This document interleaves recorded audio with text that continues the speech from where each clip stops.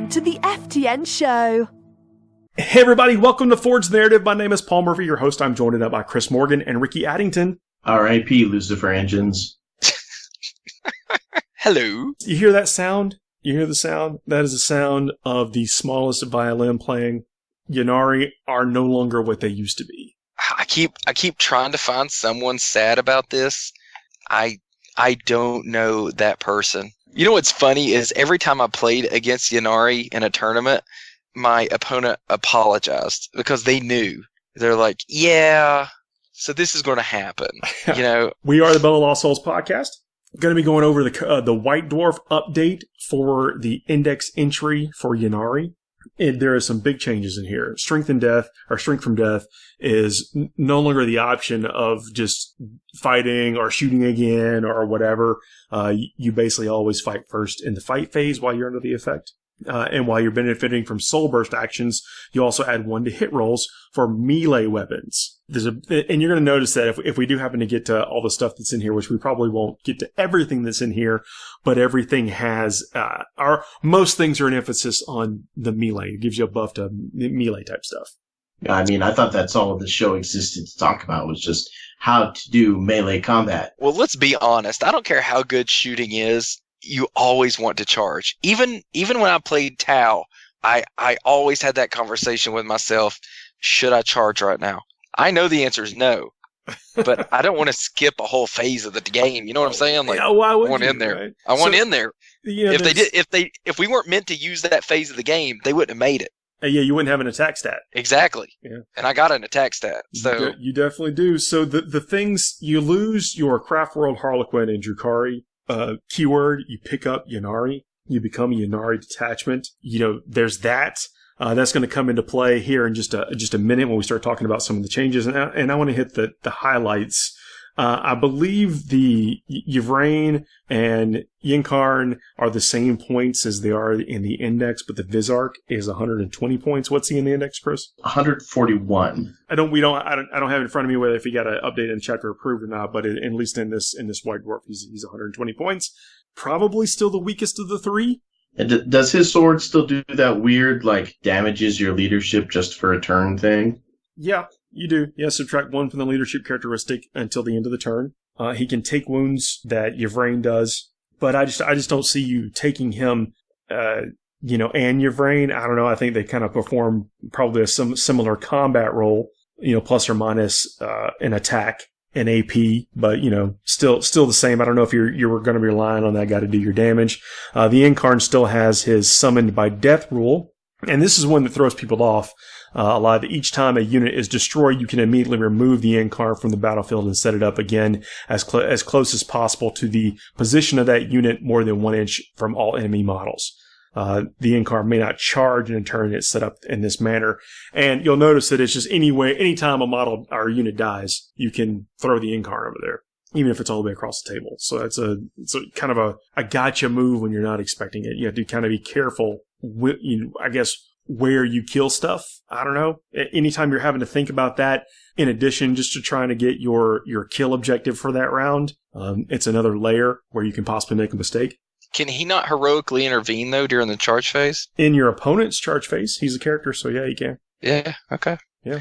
Yeah, you remember you can only heroically intervene. I know you know this, Ricky, but you can only heroically intervene in your opponent's charge phase. Yeah, I was just thinking that's something like you go, character dies, and so he can do that to like an enemy character, right? Like, or if an enemy model dies, he can be placed near an enemy model, or is it just when one of your guys dies? It's any model die, or any unit dies. So you can kill a unit, jump him right over there 1 inch away, and then when it's their turn, if they don't move off of that objective or something, all of a sudden they're getting heroically intervened. With a 6 attack beat stick. Yeah, that's kind of scary. His weapon's no joke. He's AP neg 4 with D6 damage. It's only strength 6, but he can re-roll his wound rolls. Yeah, that's still pretty darn good. Yeah, agreed. 4+ invulnerable save. I mean, I like it. I love the idea of him just like Bugs Bunnying across the table, just like popping out on the ground. Hey, here I am, and this guy's dead, and now you're about to be. I mean, he can really mess people up. Yeah. We talk about becoming the Yanari keyword. You lose your Eldari or whatever, and so things like a Hemlock where you can take things from across the codexes, from all the Eldari type codexes. You apply the Yanari keyword to it, and it loses its other ones. And then it goes on to say in the Revenant discipline is no longer just 3 powers; it's a full 6 power psychic tree. Word of the Phoenix is completely different. There is no more fire twice power at all in here. But that's not the interesting thing I want to talk about. This says that Yanari Psychers must generate powers from the Revenant discipline instead of from the Runes of Battle, Runes of Fate, or the Phantasmancy disciplines. Why is that interesting? Because the Hemlocks get the negative power from the Runes of Battle. And this says this replaces that. They must choose from this. And there's a power on here called the Shield of Yanid, or Yniad.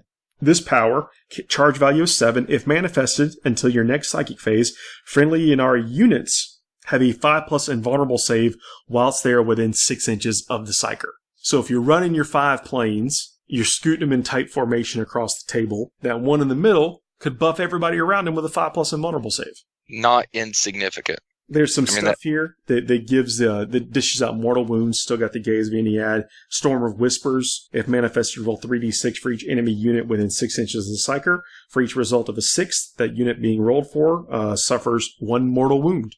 And it was how many d6 did you roll again? 3d6. So I mean, unlikely, but it's one of those things that it says each enemy unit within 6 inches of the Psyker. So you could technically be close to several units. Pop this on, and it's a little bubble effect.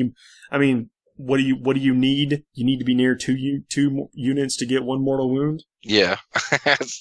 That's a no for me, dog. Yeah, that's fair. There's some other things in here you can buff up. You can debuff an enemy unit to allow things to reroll wounds for the melee weapons. So, there's play in that. I can see a big synergy with Harlequins, things that already getting in melee. Heck, maybe striking scorpions could potentially be of use. I'm not suggesting striking scorpions, and I'm not suggesting Howling Banshees either, but these are things that I don't think had a place really in a competitive list. But with such a heavy focus on melee buffing, maybe those Eldar melee units can kind of come into play. Any excuse to play striking scorpions, I'm down. Because, 20 years ago? Golly, I don't even want to think of how long ago. What an iconic unit, yeah? Yeah, when I first started getting into Warhammer and, I started learning about, the Eldar, I just thought the striking scorpions were just the coolest. What is it, the Manda Blasters or whatever on their helmets? Just, I don't know, something about them. I just thought they were just the coolest thing ever. There's a stratagem called the Shrine of the Whispering God. This allows you to put Strength from Death on the Incubi, up to 3 units of Incubi. So that's another melee unit that would not, you wouldn't normally see, but you're going to get some extra benefit from them. So here's some things that have been changed in this is that the Warlord traits, you now get a full tree of Warlord traits. I would assume that you could still take things from the main rulebook if you wanted to, outside of name character stuff. But the Warlord full tree, one of them is the Lord of Rebirth. The Warlord regains 1 lost wound at the start of each battle round. In addition, each time the Warlord would lose a wound, roll a d6 on a 5+, that wound is not lost. So a 5-up, feel no pain, and you heal 1 every turn. Yeah. That's solid. Yeah. The Yvrain has the favored of Ynarri, and that is each time the Warlord piles in or consolidates, they can move up to 6 inches instead of 3. I love that. It's like, Harlequins get that with one of their traits lets them do that. And you don't always need it, but there are those times where it is so clutch to be able to just get over there and lock another unit into combat, especially vehicles and stuff like that. Super useful. Yeah, that's a good point. Scooting over, and then when you get to lock things, basically to make them to where they've got, you tie up something when they thought they were safe. That's one of those things you want to ask your opponents. We were talking in that last week in the segment with Jim is how do you tactfully ask your opponent what their tricks are. Yeah, that's tough. Yeah, it's tough because What do you what do you as a player and as a sportsman, as a gamesmanship, what are you obliged to say? But one of those questions could be, do you have anything that allows you to consolidate more than 3 inches? Yeah, absolutely. It's it's one of those things where I mess with one of my buddies because he's like, what's the range on your weapons? I'm like, 18 inches. I was like, but don't forget the vehicle moves this far. It's like, don't forget that. But in a tournament, if they ask me the range of my weapons, I might just say, all right, it's an 18-inch range. Yeah, but I think that's a fine answer, and I don't think that most of the time that you'd be trying to shroud what your answer was. But how do they ask it? What's the total move on that thing? What's the range? Yeah, and it's that's you can really go down a path on that, right? When you start trying to have those conversations. Is that an Eldar joke, Ricky? Let's pretend it was, and that I am that witty. But I had a game one time, and I asked my opponent, I thought he and I had a pretty good rapport, and I was basically like, okay, what does this list do? And he's like, well, I'm not going to tell you everything my list does. Then I'm just telling you how I'm going to beat you. And I'm like, okay, well, in that case, give me 5 minutes and let me look over everything in your list so that I know. Or you could have just told me what your list did and saved us the trouble. But I think you should ask the right questions. I mean, yeah. I think you're right. He shouldn't be like, well, on turn 2, I'm going to pop this stratagem and I'm going to be, that's a bridge too far. Yeah, but just give me the gist of kind of what, I don't like gotcha hammer. I like to let my opponents know, hey, these units do this, these units do this. Hey, let's have a good game. This is a fast-moving unit over here. This unit has, plasma guns or something. I mean, that's you can start that dialogue and then kind of let your questions organically develop. But if you don't ask, do you have anything that consolidates 6 inches? I'm probably not going to tell you that. Yeah. I mean, I'm not going to volunteer that, and not because I'm even trying to shroud things either. Is that I'm not going to be getting into my plan with you, while we're at a critical phase of the game. Yeah. I think that's an important one to ask your opponent, though. If you're going to go down your laundry list of questions to ask them, it's like, is there anything that can deploy, closer to me than 9 inches or anything crazy like Gene Stealer cults coming in and basically auto charging or, consolidating 6 inches, all those little things that are like just big giant red flags. Those are good things to ask, which means those are good abilities to have in your unit, which is why I like that Warlord trait. Yeah, absolutely. I think I'd like to have a little bit of the survivability, but thankfully the Ynarri get a ton of stratagems, and some of them are included as getting you could spend a command point and give somebody another Warlord trait if you wanted to spread some of that love around. Nice. Yeah. Does let me interrupt. It can't be the same Warlord trait, I'm assuming. Oh no, all Warlord traits in your army must be different. Yeah. Okay. Yeah. I mean, I think that's like a. I'm pretty sure that's some wording that's across in all the board, of them. right? Yeah. I just wanted to make sure because so far I like both of those, and I could definitely see using those more than once. There are some stratagems in here that give similar effects to things you might see in the Ynarri or Craft Worlds Codex, but they're specifically like Yanari stratagems. So Deadly Misdirection uses stratagem when a Yanari unit from your army falls back, the unit can still shoot and charge this turn.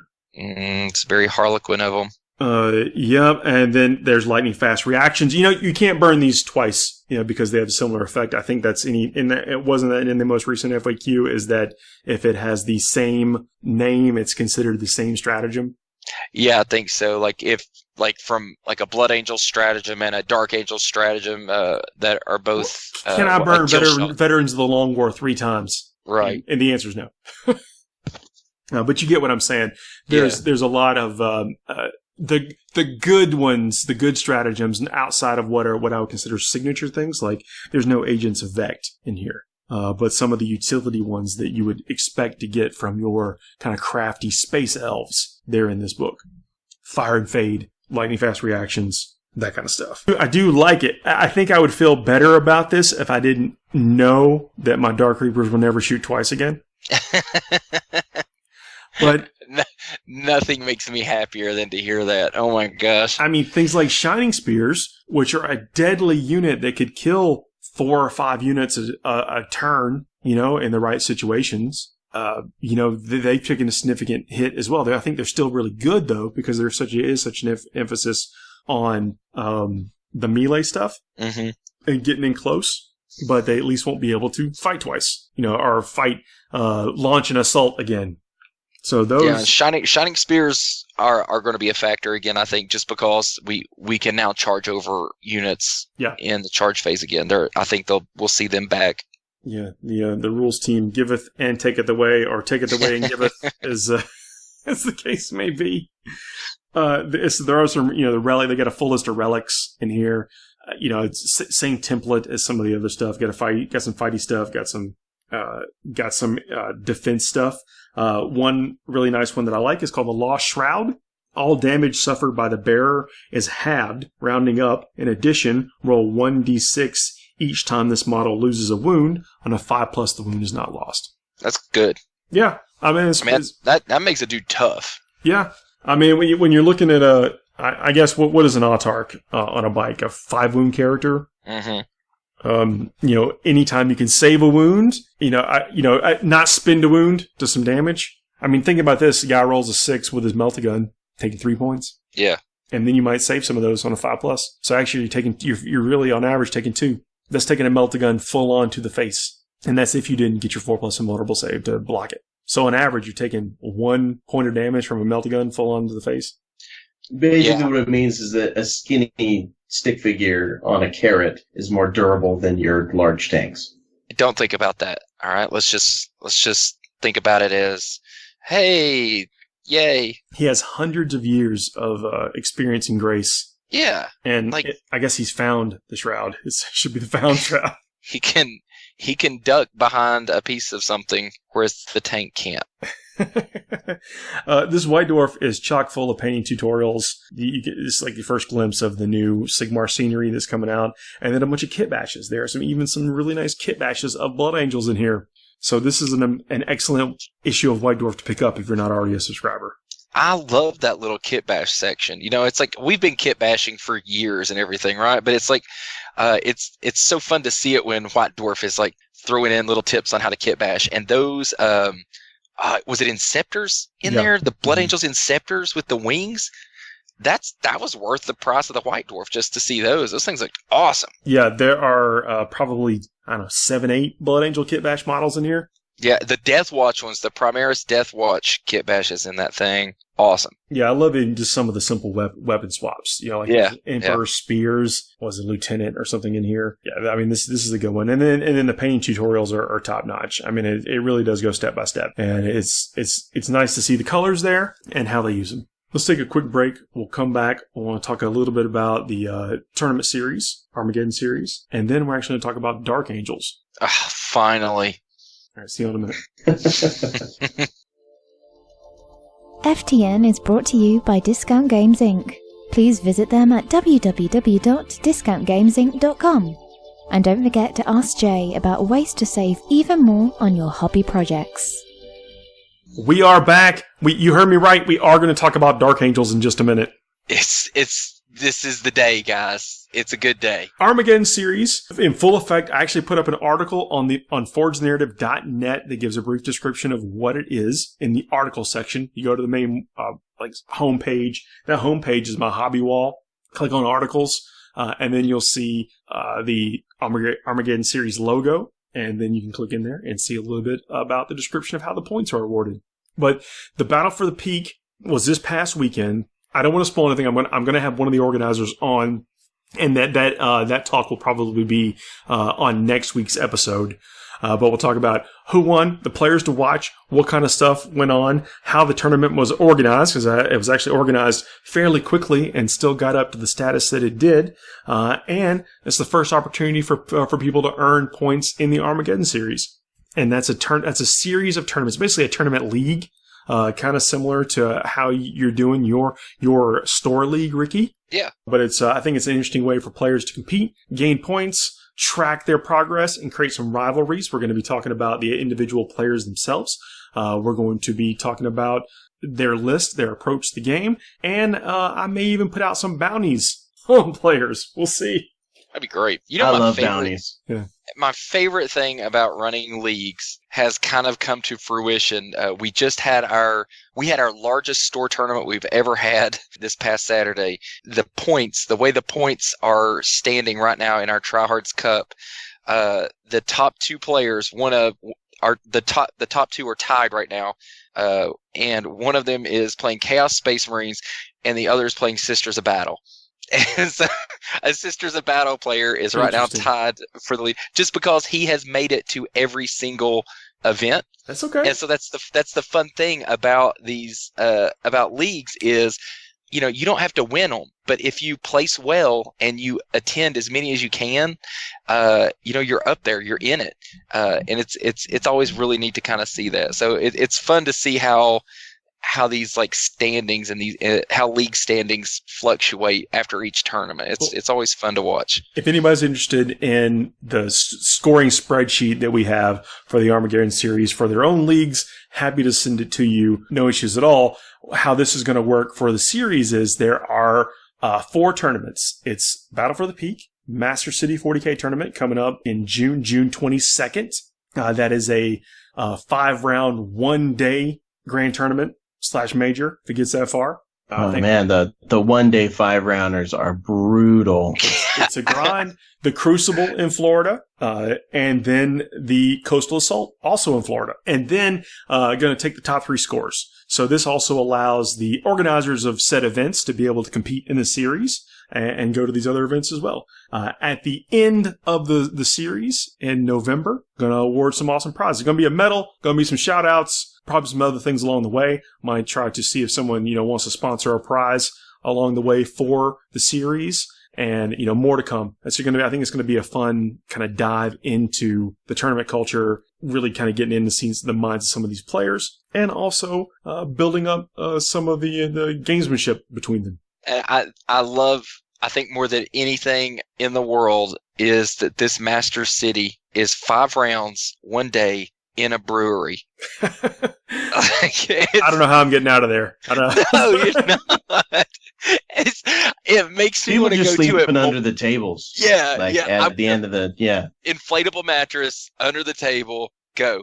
That's going to be my plan. So the requirements also for this season are ITC scoring, ITC scored tournaments with ITC missions, and the tiebreaker, if there is a tie for this series, is going to be the individual's ITC placement. I don't know there will be a tie, but I just figure we might as well have something. And since these are all ITC tournaments, which we certainly support involvement in the ITC system, that would be a great tiebreaker to have. Works for me. Yeah, but also build some anticipation. See how folks do at the LVO if there happens to be a tie. But we'll see. In line with the IGC stuff, we've been having some faction-focused discussions. We had a pretty extended talk on Grey Knights, and then, coincidentally, Grey Knights actually won a grand tournament down in Australia. Oh my gosh, it happened. Not our doing. I promise you that. No, God, no. Tell me he took all Terminators just because we were saying, no, I don't think Terminators. Tell me the guy. It's Terminators and Land Raiders. It's something you wouldn't. This is a good example of correlation, not necessarily meaning causation. Exactly. Yeah. Look. Sometimes it's any given Sunday. Sometimes it's luck of the dice. Sometimes it's just the immense skill of players, and I'm happy to concede to any one of those points. But really, the fact of the matter is that this is we're doing some of this faction focused stuff because of some of the changes in single faction. How people will be competing with a single faction. That's because it's the most fun way to play. Hey, no judgments on that. I also like playing single faction. I sometimes I don't out of what I would consider necessity. The necessity to run the Super Friends. That is the necessity to try to win 4 out of my 5 games. I don't know. Yeah.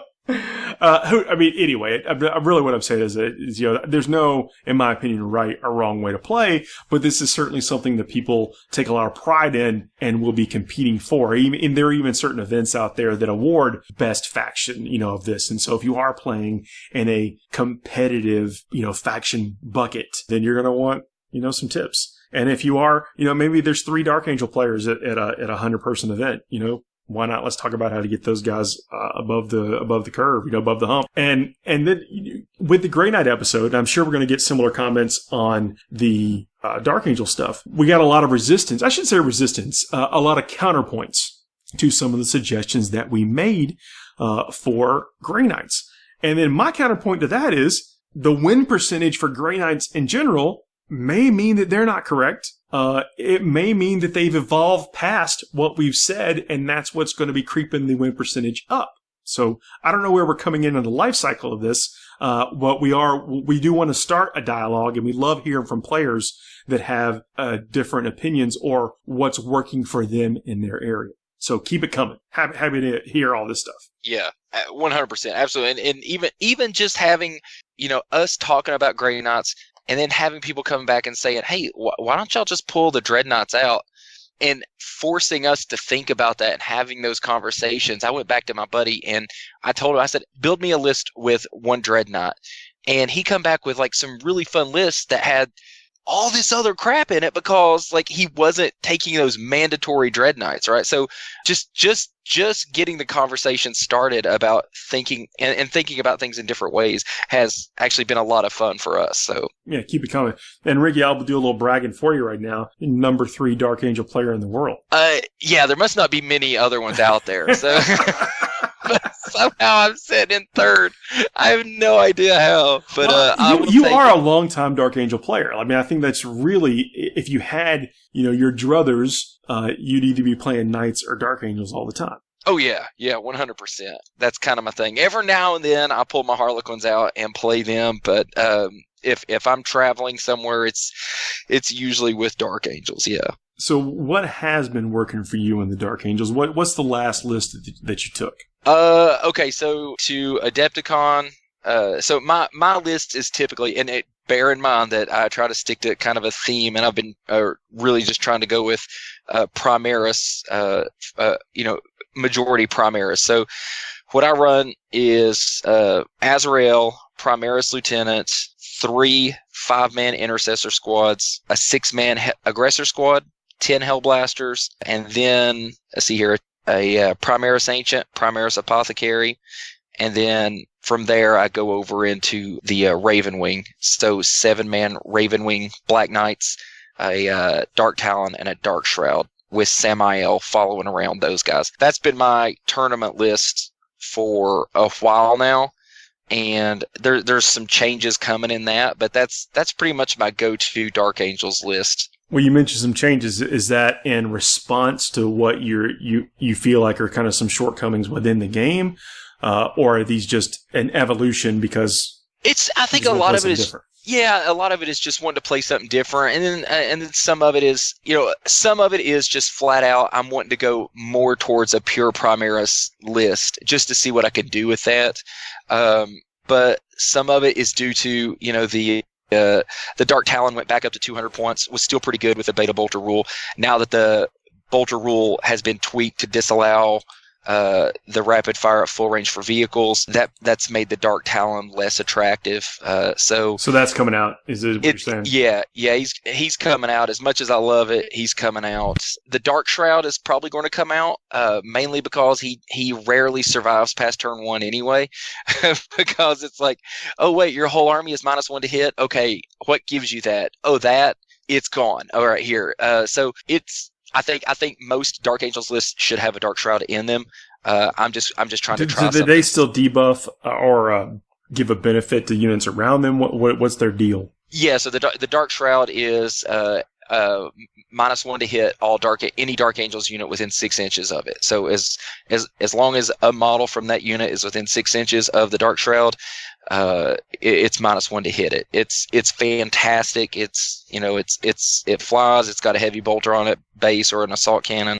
It's solid. Also, everyone forgets about it, but it's got 3 attacks. I think it's 3 attacks, and it hits on 3+. It's a vehicle, but it hits on 3+ in combat. So I have been known to charge that thing in on stuff for no reason other than to put some. I think I charged I'm not proud of this, but against Justin Pizzo Ferrato, I charged a Harlequin Solitaire with a Dark Shroud.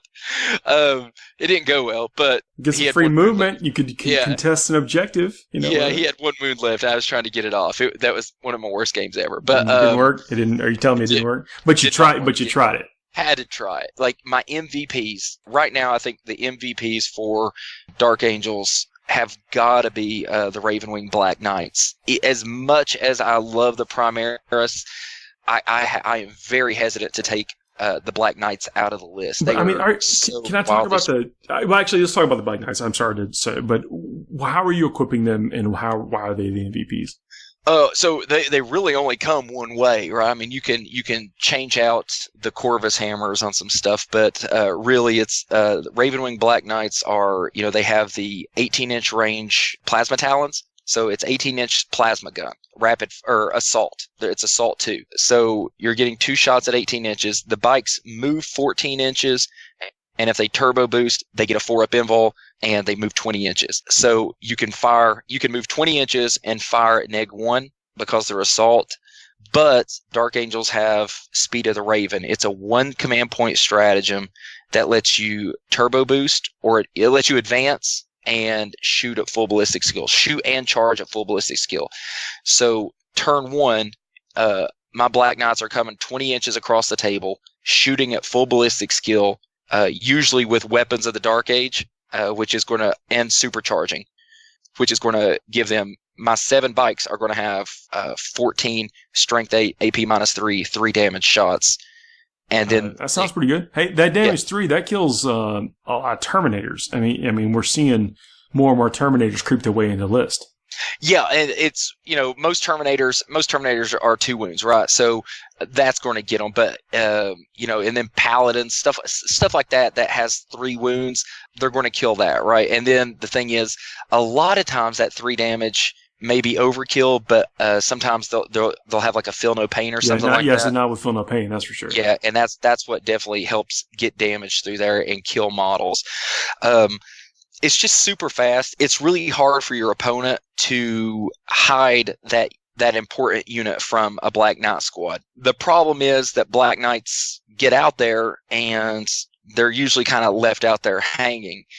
But right now, what you can do is you can take the Ravenwing. You can, if you have your Black Knights put into their own detachment, like I do. I've got Samael, the Black Knights, the Dark Shroud, and I put just what's my other fast attack in there? Not thinking of what it is, but anyway, put them in their own detachment. You take the Ravenwing attack squadron, and then you make that. You pay the stratagem or the command point to make it the attack squadron, and it gives you. It gives you the Swift Strike stratagem.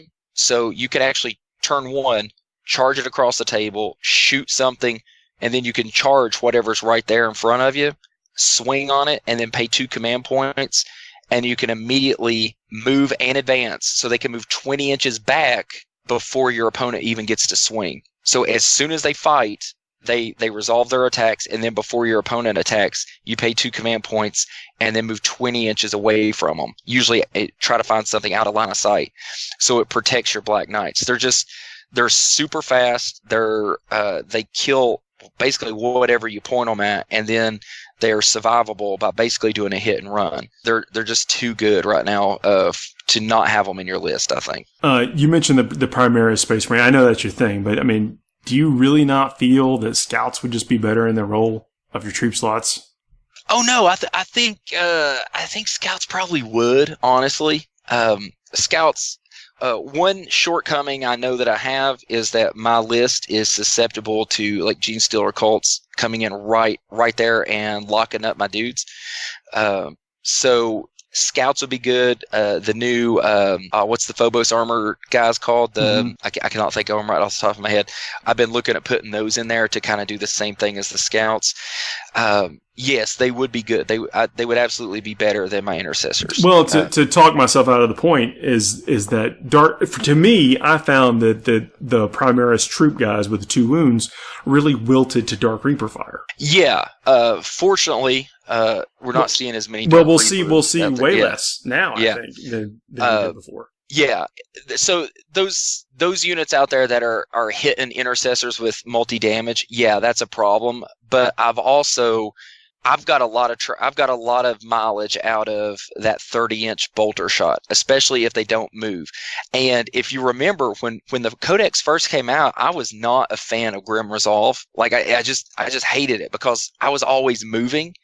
But I've noticed lately, especially with the new bolter rule, is I'm planting those intercessors on objectives in the backfield.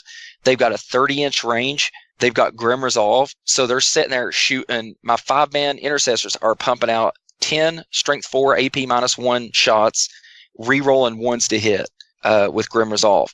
And that is good. By themselves, they don't need a character to buff them to do that. Yeah, exactly. So, and the most I'm ever losing to morale is 1. That's not a big factor on those 5-man squads, but it's a huge factor on that 10-man Hellblaster squad, on that 6-man aggressor squad. Stuff like that is huge.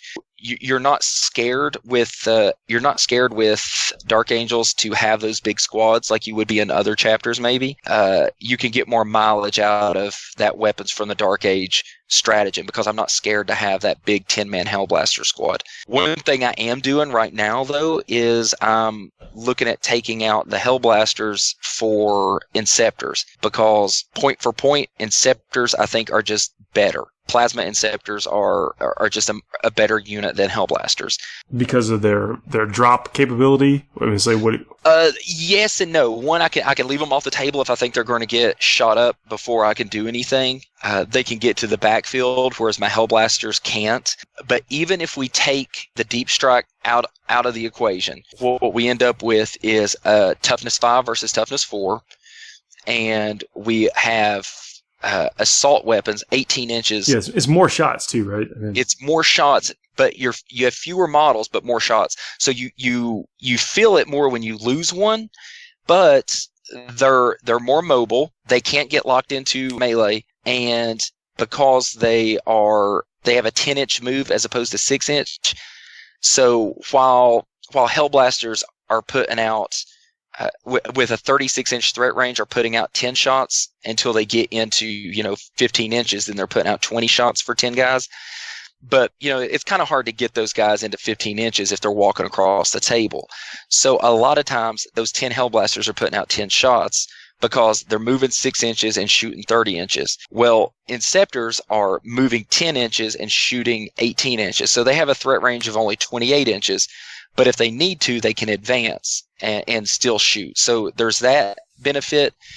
But for the most part, they're getting more shots out at a little bit longer range than a Hellblaster will.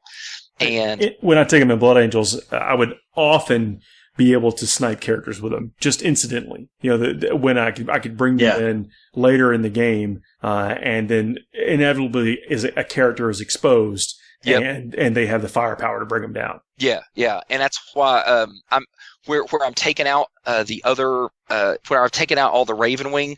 Pretty much all of my Ravenwing in my list is getting replaced with eliminators, and I'm almost embarrassed to say it, 12 Inceptors. I've got 6 plasma Inceptors and 6 heavy bolter or 6 bolter Inceptors, right? Because I love the bolter Inceptors because each one, a 3-man squad is shooting 18 strength 5 AP -1 shots. So you're steering into the sniper meta.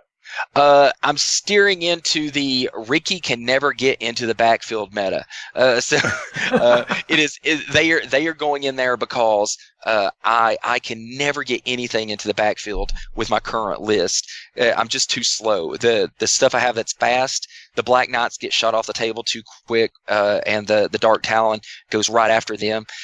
So I want to try to be able to have those Inceptors to drop in later in the game to get on that stuff. But, for the most part, when it comes to plasma, which is that's Dark Angel's big thing, is plasma with weapons of the Dark Age, and Inceptors are just going to pump out more shots for the points and be more mobile while doing it, so I think they're just the way to go. Also, eliminators. The new eliminators are fantastic. I think they're great. I don't care what chapter you play, eliminators are great.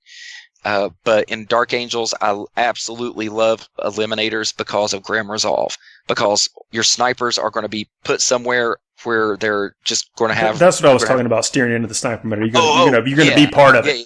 Yes, I am finally going to have some snipers in my army, and just the fact that I can pop them down there. They're hitting on 3s, rerolling 1s, because of Grim Resolve, and that's great. They're 72 points or something bonkers like that. They're just so good. And there's something my list has not had, so it's going to be really fun to have that in there, and I think that'll bring some good utility to me. But for the most part, I mean, my Dark Angels list is everybody stay close to Azrael for your 4-up invul, stay near the Dark Shroud for the -1 to hit, and then just reroll all your hit rolls. And don't roll 1s with your supercharged plasma. Hey, yeah, sounds solid, right? I mean, it's foolproof. It's not foolproof, but it's solid. Well, how many command points do you think you need, and do you find yourself running out with what you're playing right now? Yeah, I always need more. I always run out. My list has 9 command points. I get 1 for my specialist or 1 for my fast attack detachment, 5 from my battalion, and then 1 from Azrael, right? I'm always struggling with command points because I'm always using Speed of the Raven. There's almost every single turn Speed of the Raven is getting used, and Weapons of the Dark Age is getting used every turn. So in ITC, that's going 6 turns, so that's 6 of them gone right there automatically for Weapons of the Dark Age. And then from there, it's whatever I have left. Oh, awesome. Let's take a quick break. Come back and I'll read a few more reviews that we got. And then I'll talk about some, I'm trying to find another list that I'm going to get excited about playing, and talking with buddies, that kind of just throwing around ideas. I got something stuck in my head that I really want to experiment with, and I'll talk about it here in just a couple seconds. Cool. Sounds good. We're sponsored by Firmaterra. With their sturdy, lightweight and portable tables, you can make war anywhere. Please visit them at www.firmaterra.com. We're back. Some of the reviews still, as we get 5-star reviews in iTunes or any of the other aggregators where I can see those things, and I really appreciate the people commenting. And then there's actually a couple of distributors out there, aggregators of podcasts, where people do post comments and stuff, and I don't actually get those. I don't even know how I see them, but I've found them, and thank you, because every comment that you leave is another opportunity for someone to discover us and possibly like the show. So thanks for everyone that's doing that. So let me read a couple of these reviews. Pretty much plan. This is an iTunes. I pretty much plan my hobby time around this show because it's so entertaining. It keeps me coming BA every week. I think his phone also has the same affliction / red thirst that mine does. The struggle is real. I always enjoy this podcast. It was my gateway drug to 40k podcasts, and I'm eternally grateful. The host rapport and insights brighten my commute and my painting sessions. Man, that's really cool. That's exactly why we do this. So I swear that review could have been written by me a few years ago. That's listening to the podcast is how I got into all this stuff, really. And now somehow I ended up on the podcast. I don't know how that happened, but conscripted. That's how. Yeah. Keep listening. You'll end up on here, I swear. No joke. I'm one of the guys who's never heard of you guys. No problems. But I don't hang out with a bunch of 40k dudes, and wouldn't have had anybody to tell him. He said, but he's listened to 3 shows and feels like he's in nerd heaven. He's in good company. Yeah, right. This is the kind of things this is what makes it all worth it. Of course, those kind of comments is really what fuels us and keeps us going. So thanks for sending them in and continuing to leave those 5-star reviews, and we'll continue to read them. I think that's what fuels you, Paul, but I'm going to be honest. When people walk up to me and hand me free Sour Patch Kids at tournaments, that's what fuels me. That's what makes it all worthwhile. I'm cool with it. Yeah, I can get that. I can understand that. I don't have to claim that on taxes, do I? I don't think so. Okay. Yeah, I don't think so. No, but this is the kind of stuff, with we've been doing this for a bunch of years, and I'm going to continue to do this and then continue to read the reviews as we get them in. So, everyone who's playing along with that, thank you very much. I've still got to go write my review, see if I can get it read on the air. So tournaments, the last tournament I went to, I was really off my game. I even got off my normal routine during a game. So much that I got shook. Nothing, and just with the normal course of a game. Playing in a game, it was even against Necrons. The guy was a great dude. Can't wait. Made plans to play them again. But during the course of that game, something like 8 to 11 destroyers came back to life. Oh. So just completely just took me out. I'm starting to then I start to have flashbacks to the time that happened at Adepticon. And then I have flashbacks to the time, I just let so much stuff creep into that game that I wasn't able to get my mind centered in it. And that's the kind of the stuff that we talk about a lot, is how to push past that. And most of the time I do, but I just couldn't then. You just went into some sort of death spiral. It was just so bad. I'm going to be honest. I wish I could have been there to watch, because I would have just been drinking and laughing at you, like standing behind your opponent and just pointing at you and giggling. Yeah. As I watched you just fall apart. And this is, nothing. What are friends for? Yeah. Yeah. If not to heckle you in your time of need. That's exactly right. And I deserved it. It's, dudes over there playing a tight game. Wasn't playing a tight game. I was, and then it degraded. You know what I mean? As I started to get frustrated with myself, not my opponent, or even that game. That's the thing, is that, when you're trying to play at that level, the tournament level, the grand tournament major level, any game, even a pickup game, you want to try to win. You want to try to be your best. You want to try to be your best, give the best experience you can to your opponent. And I wasn't accomplishing that. And it's really easier for me to look back on it now. I was shook. I feel like you were so shook. Let me ask you this. Did you start getting mad at other stuff to the point where you were just mad at your wife inexplicably? No, it wasn't that bad. You just remembered something she did 15 years ago and you're like, oh yeah! And then just getting mad about that for no reason. No, it wasn't that bad. Thankfully, there was no. I don't spiral at least I don't think I'm capable of spiraling like that. But you never know, right? Get all passive aggressive on pigeons, Yeah, I've probably been there. I'm doing some aggressive driving back to the hotel or something. No, thankfully none of that. I just felt myself getting pulled away, and then after that game, we're thinking about oh man, what am I gonna play next? Oh, I'm so terrible at 40k. My army sucks. That wasn't quite where I was at, but I've been playing. I didn't have anything new to take with me, so I took my Ynarri Eldar stuff, and normally it does pretty well. It has a really impressive win record, but I felt like I was getting slowly detached from playing it because it was becoming somewhat routine. And then something like this happens, and it's just the perfect storm of self-doubt, but also turn it into inspiration. So what do? You go back and you start talking with your buddies and figuring out something that might put that spirit back in the game for you. And we started talking about different lists, and the subject of reserve points came up. Stick with me. I just heard the collective clicks on the... Wait, did I hear that right? Pass that by me one more time. Reserve points. Well, okay. What are those? It's not even. What are those? It's not necessarily an alien concept anymore because of the assassins. To summon a utility assassin.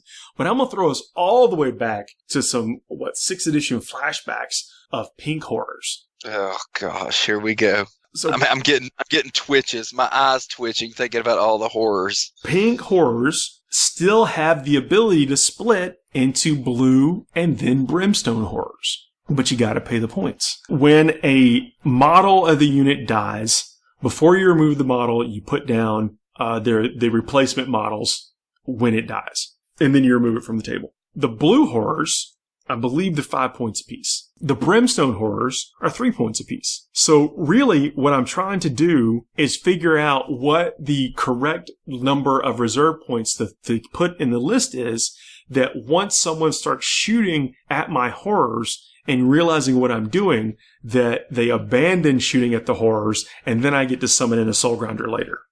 So you're basically trying to bluff your way into a Soul Grinder. Yes. A late game Soul Grinder. Yeah. I mean, it would probably work better were you not on a pretty well-known podcast telling the entire world what your plan is.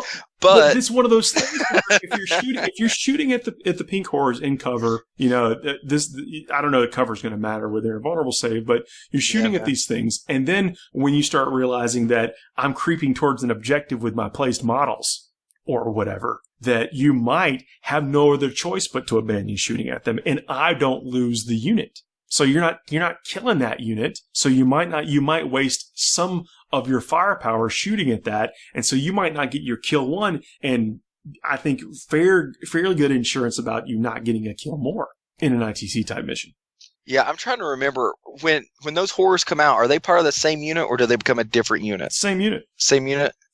I got aggressors. I'm going to risk it. I'm going to keep shooting at you. You know, I guess it is possible that over the course of a full army shooting that you might be able to whittle through it. But, I'm thinking, and let me go to the horrors right now so we get the exact wording on the split here. So split. Each time a pink horror is slain, you can add up to 2 blue horrors to its unit before you remove the slain model.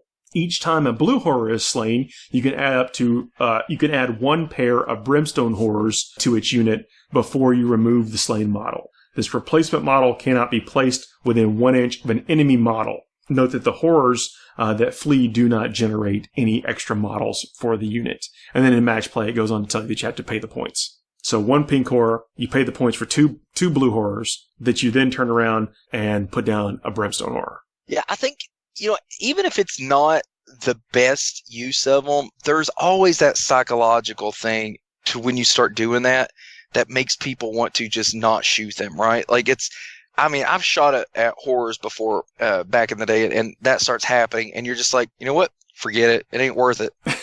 and go into something else. So, you know what? If you started to do that to me, and I'm not thinking, and I'm just kind of reacting to it, yeah, I might just stop shooting at them and just be like, whatever, dude. Just you do you. Well, if you see them, especially, you see this unit start to snake its way towards something you don't want it being near. Yeah.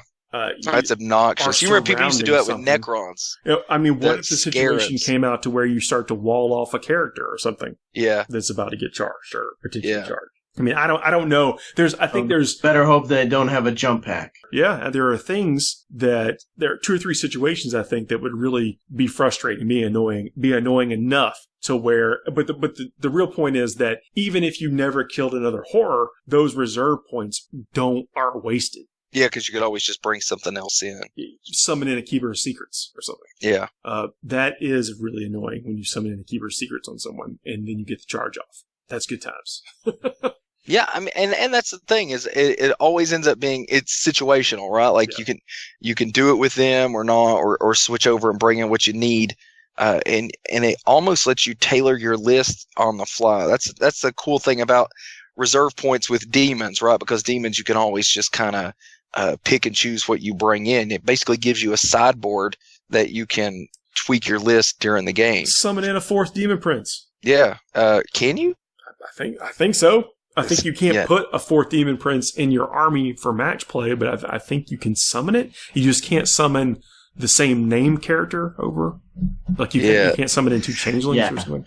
The only reason I asked that is because they ruled that you couldn't. Remember with the assassins, they FAQ'd that and said you can't put 3 Vindicators in a list and then summon in. You may be. That's probably the one that should take precedent. And I guess just the point I'm trying to illustrate is that the points aren't lost. So you could plan on having 40 horrors that turn into 80 blue horrors and then 80 brimstone horrors. If not, that's what I'm trying to do. I will have 40 horrors because if a unit goes 20, then they get 3 shots instead of 2 shots. And I think the 20 model count keeps them into the still 1 command point to deep strike if you wanted to. Yeah, and just a crap ton of horrors on the table when you have low volume of fire units that are just low volume, high strength shots. You're just like, okay, cool. Yeah, that last cannon, you got a horror. Good for you. You got a horror that just became 2 more models. Yeah, it's like, proud of you, bro. Keep it up. If you spend 1 command point, you set up your demon unit with a power level rating of 8 or less in the warp. And 10 is power level 4, 20 would be power level 8. I'm trying to create demon bombs. So I'm basically trying to create either the pink horror shooty bomb or bloodletter charge bombs. That's kind of the core of my list. And then throw in some like a supreme command of some other chaos stuff. Or the the disloyal 17. Give me some sweet command points.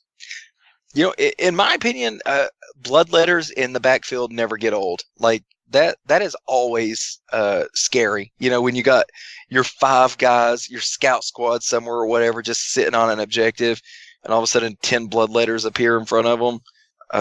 That's always scary. And what they charge, 3d6? Is that right? You can take the banner. You give the banner, I believe, lets them charge, and then I think the Herald ability lets them reroll that charge.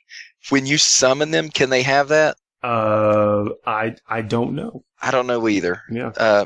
But that's I think you just scary. have to pay the points, right? No. The stratagem stuff is, I think, pregame, so you can't give them a stratagem if you summon them. But anything you pay points for, you just pay the points. Yeah. Anytime I've had bloodletters, because usually you got that unit that just doesn't put out a ton of shots or doesn't put out a ton of attacks or something, sitting on a backfield.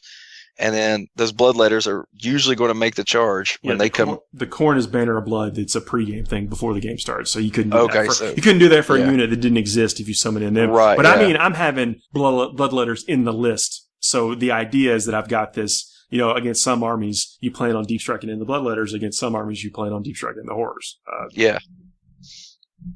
I don't know. I haven't played this yet. I was basically just trying to tinker around with some demon stuff that they might be good in what the world looks like right now. And I started thinking, I don't hate this idea of summoning things in, or summoning or placing them with the splits.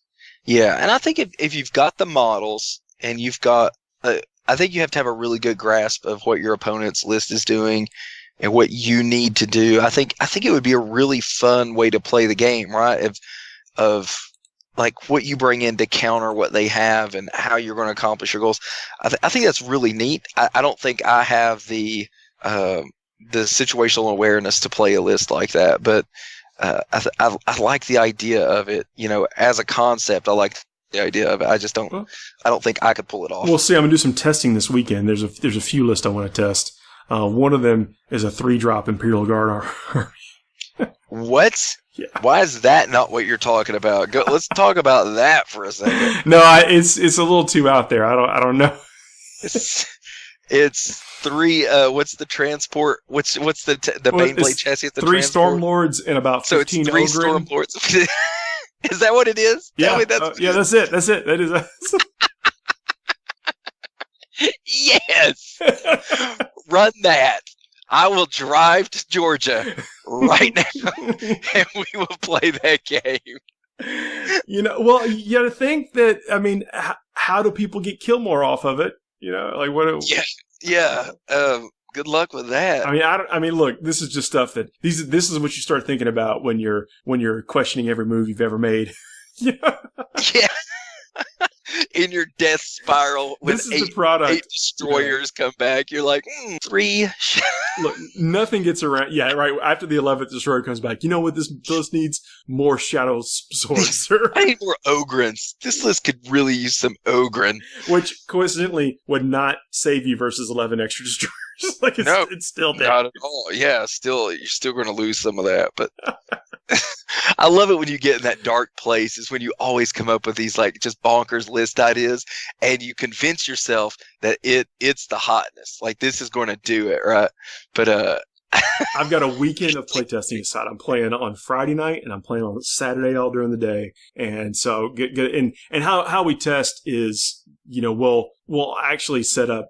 This is what our deployment is. Okay, you just go first. Okay, I'll go first. Let's play the first couple of turns, and then we'll see what we think is going to happen past that. And I highly encourage you, especially when you're thinking of gimmick lists like the 2 we just mentioned. Do not go and purchase those models yet.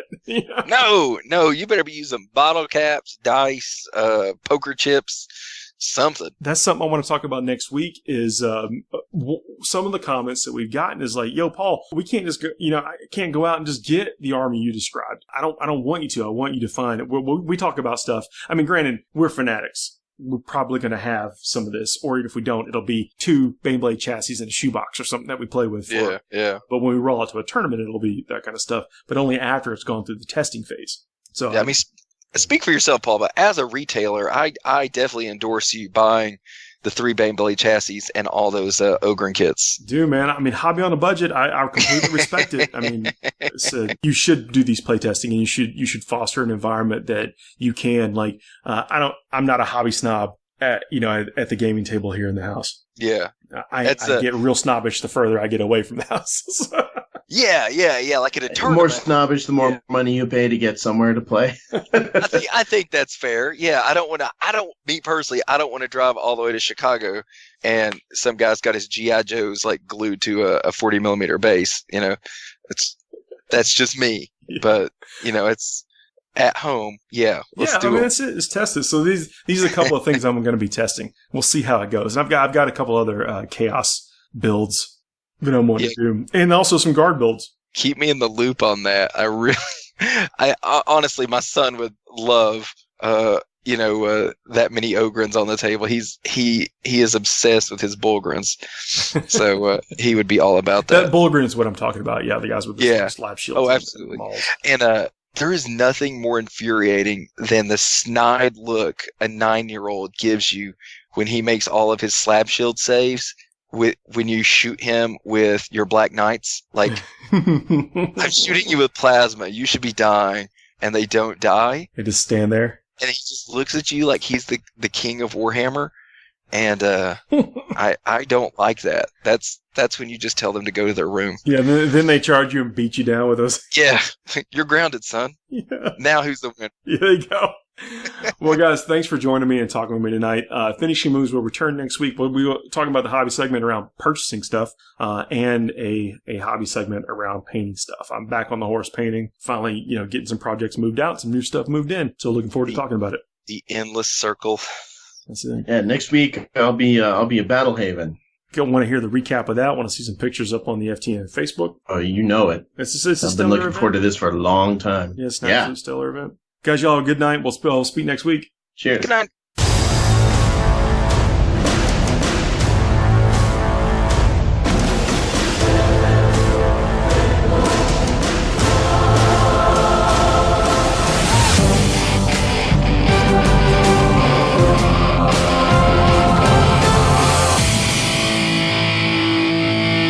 You can't handle the truth.